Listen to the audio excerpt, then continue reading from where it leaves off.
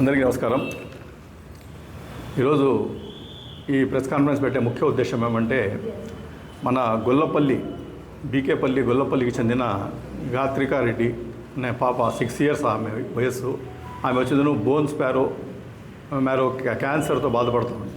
ఆమె వచ్చిందను ఇక్కడ వచ్చిన సిఎంసి హాస్పిటల్ వేలూరులో చికిత్స పొందుతూ ఉండింది.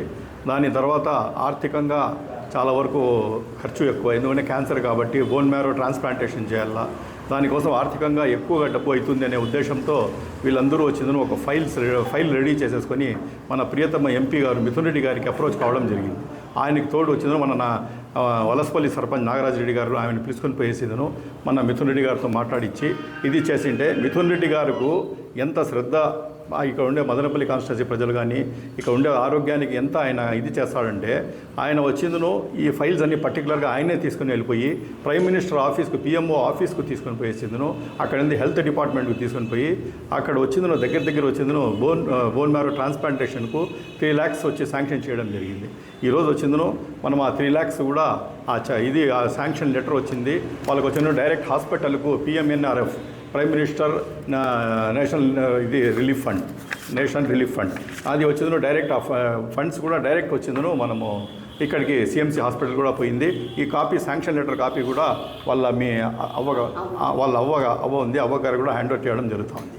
ఈరోజు జగన్మోహన్ రెడ్డి గారు, మన ప్రియతమ ఎంపీ గారు మిథున్ రెడ్డి గారు ఈ రకంగా ప్రజల కోసం ఎప్పుడు కూడా ఎల్లవేళలా కృషి చేసి మదనపల్లి కాన్స్టిట్యున్సీ కానీ ఆయన పార్లమెంట్ కాన్స్టిట్యున్సీలో కానీ ఏ ఇబ్బంది వచ్చినా నేను ఉన్నాను అని చెప్పిందను ప్రతి దానికి ముందు వచ్చి ఆయన చేసే వ్యక్తి ఆయన కూడా పెద్దిరెడ్డి రామచంద్రారెడ్డి గారు కానీ పెద్దిరెడ్డి మిథున్ రెడ్డి గారు కానీ ఈ రకంగా ప్రజలకు సేవ చేస్తూ ఉంటారు.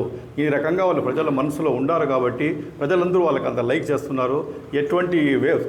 ఎన్ని వేవ్స్ వచ్చినా, ఏ రకంగా ఇబ్బందులు వచ్చినా కూడా పార్టీకి అతీతంగా వేవ్స్ ఉంటే కూడా ఖచ్చితంగా వాళ్ళు కానీ వాళ్ళ ఫ్యామిలీ వాళ్ళు గెలుస్తున్నారంటే ఈరోజు వాళ్ళు ప్రజలకు చేసిండే మేలే దానికి మూల కారణం. ప్రజల హృదయాల్లో వాళ్ళు చిరస్థాయిగా ముద్ర వేసేసుకున్నారు. అదేవిధంగా మన మిథున్ రెడ్డి గారు కూడా చూడండి, మన మదనపల్లి కాన్స్టిట్యున్సీ మీద ఎంత ఆయనకు అక్కర ఉందంటే దగ్గర ఆయనకు వేరే ఒక నాయకుడు మదనపల్లి నాయకులు కొందరు అన్నారు, ఒక అసెంబ్లీ కాన్స్టిట్యున్సీకి 5 కోట్లు వస్తూ ఉంటే ఏం జరిగినాయి ఆ ఫండ్స్ అని. వాళ్ళకు తెలిసి మాట్లాడాలా, లేకపోతే ఎవరికైనా తెలుసుకోవాలా మాట్లాడే ముందు.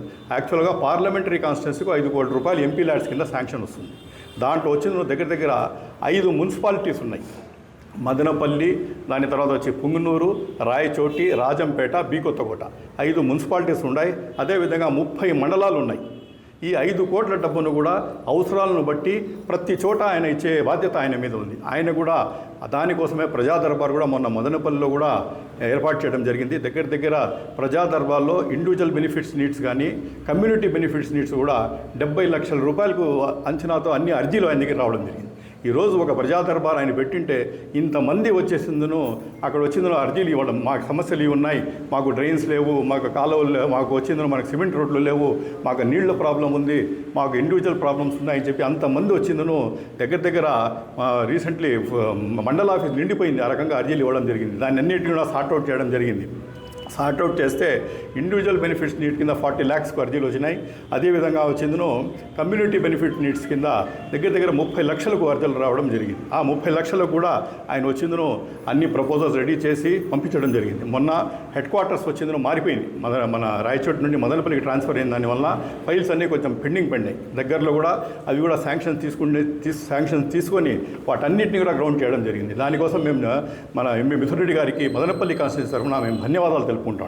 అదేవిధంగా కేంద్రీయ విద్యాలయం ఏ రోజు ఆయన ఎంతో కష్టపడి బాధపడి కేంద్రీయ విద్యాలయం వచ్చిన మదనపల్లికి తీసుకుని వచ్చినారు.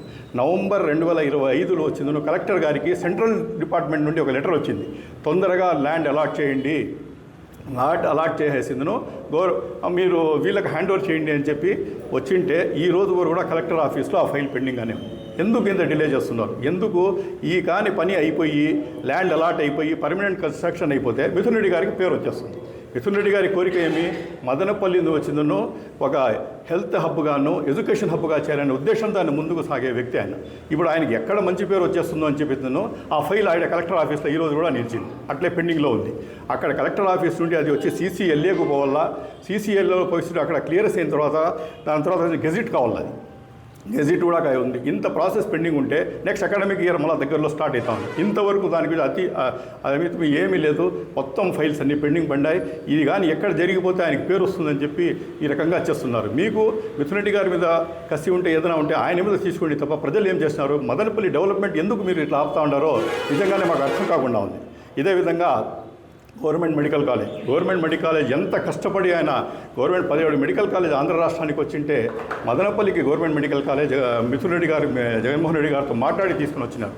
ఆయన కూడా మొన్న కూడా పోయేసేదను అక్కడ పోయి సెంట్రల్ గవర్నమెంట్ కూడా ఈ గవర్నమెంట్ మెడికల్ కాలేజ్ని గవర్నమెంట్నే పెట్టినివ్వండి, ప్రజల్లో తీవ్రమైన వ్యతిరేకత ఉంది, ఎక్కడ చూసినా ప్రజలు నెగిటిస్ట్గా ఉన్నారు, ఖచ్చితంగా దానికి వచ్చింది గవర్నమెంట్గా ఉండనివ్వాలని చెప్పి కూడా సెంట్రల్ గవర్నమెంట్లో కూడా మాట్లాడడం జరిగింది. ఈరోజు ఈ రోజు అది గవర్నమెంట్ మెడికల్ కాలేజ్ తీసేసి ఆ బిల్డింగ్లు స్టాప్ చేసేసి ఇప్పుడు మెడికల్ హాస్పిటల్ని కూడా నిర్వీర్యం చేసేసినారు. ఎక్కడ పోయినా ఒక సారిడైన్ మాత్రం కూడా దొరకడం లేదు, ఏది చూసినా రెఫర్, అక్కడ ఉండే ఎక్విప్మెంట్ కూడా లేదు.